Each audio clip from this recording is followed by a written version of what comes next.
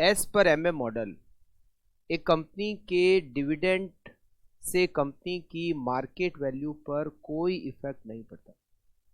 अगर हम डिविडेंड देंगे या हम डिविडेंड नहीं देंगे, उससे हमारी कंपनी की मार्केट वैल्यू सेम रहती है। एमएम मॉडल में मार्केट वैल्यू को कैलकुलेट करने के लिए हमें 3 स्टेप का यूज़ करना होता है। स्टेप नंबर 1, सबसे पहले हमें एक शेयर की मार्केट प्राइस को कैलकुलेट करना होता है eight the end of the year, जिसको हम कहते हैं P1। सबसे पहले हमें P1 को कैलकुलेट करना होता है। P1 को कैलकुलेट करने का फॉर्मूला है P0 1 plus KE minus D1। Second step आता है, हमें number of new share calculate करने होते हैं। नंबर ऑफ न्यू शेयर कैसे कैलकुलेट करेंगे? हमें टोटल कितना इन्वेस्टमेंट करना है, उसमें से माइनस करेंगे रिटेन्ड अर्निंग। रिटेन्ड अर्निंग को कैलकुलेट करने के लिए हमने जितना प्रॉफिट अर्न किया उसमें से हमें माइनस करना होता है हमने कितना प्रॉफिट डिविडेंड में डिस्ट्रीब्यूट कर दिया। Total profit minus dividend, result is retained earning. Investment में से रिटेन्ड अर्निंग माइनस करने के बाद जो अमाउंट बचेगा वो होगा amount of new share capital. मतलब हमें इतने रुपए के नए शेयर इशू करने होंगे। नंबर ऑफ न्यू शेयर, कितने नए शेयर इशू करने होंगे? तो जो आपने अमाउंट कैलकुलेट किया, amount of new share capital, उसमें डिवाइड करेंगे एक शेयर की market price at the end of the year, मतलब P1। तो हमें नंबर ऑफ न्यू शेयर मिल जाएंगे। नंबर ऑफ न्यू शेयर को हम कहते हैं डेल्टा N। और उसके बाद आता है step number 3, calculation of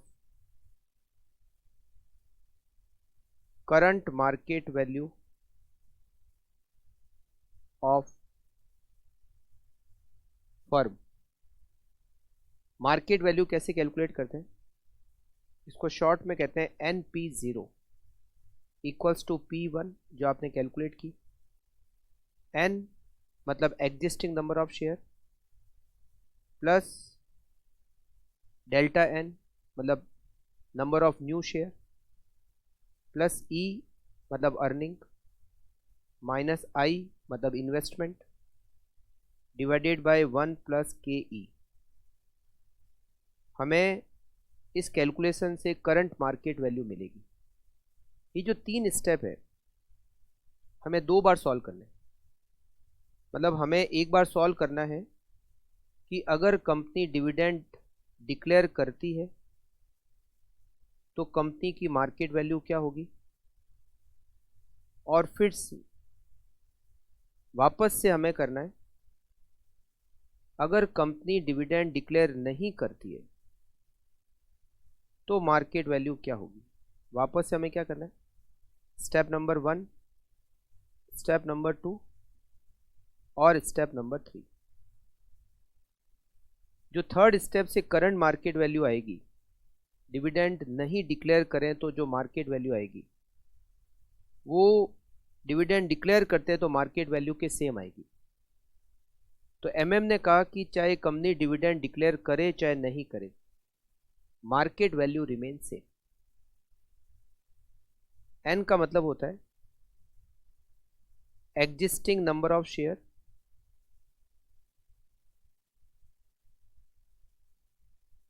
delta N का मतलब होता है number of new share,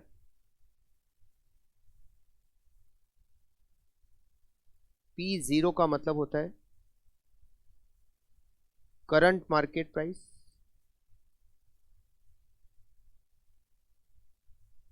P1 का मतलब होता है मार्केट प्राइस पर share at the end of the year.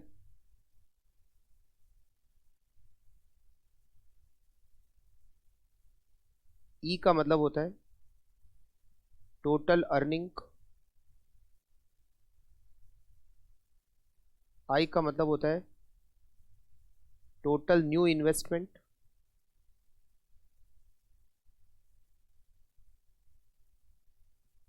के ई का मतलब होता है कैपिटलाइजेशन रेट या फिर कॉस्ट ऑफ इक्विटी।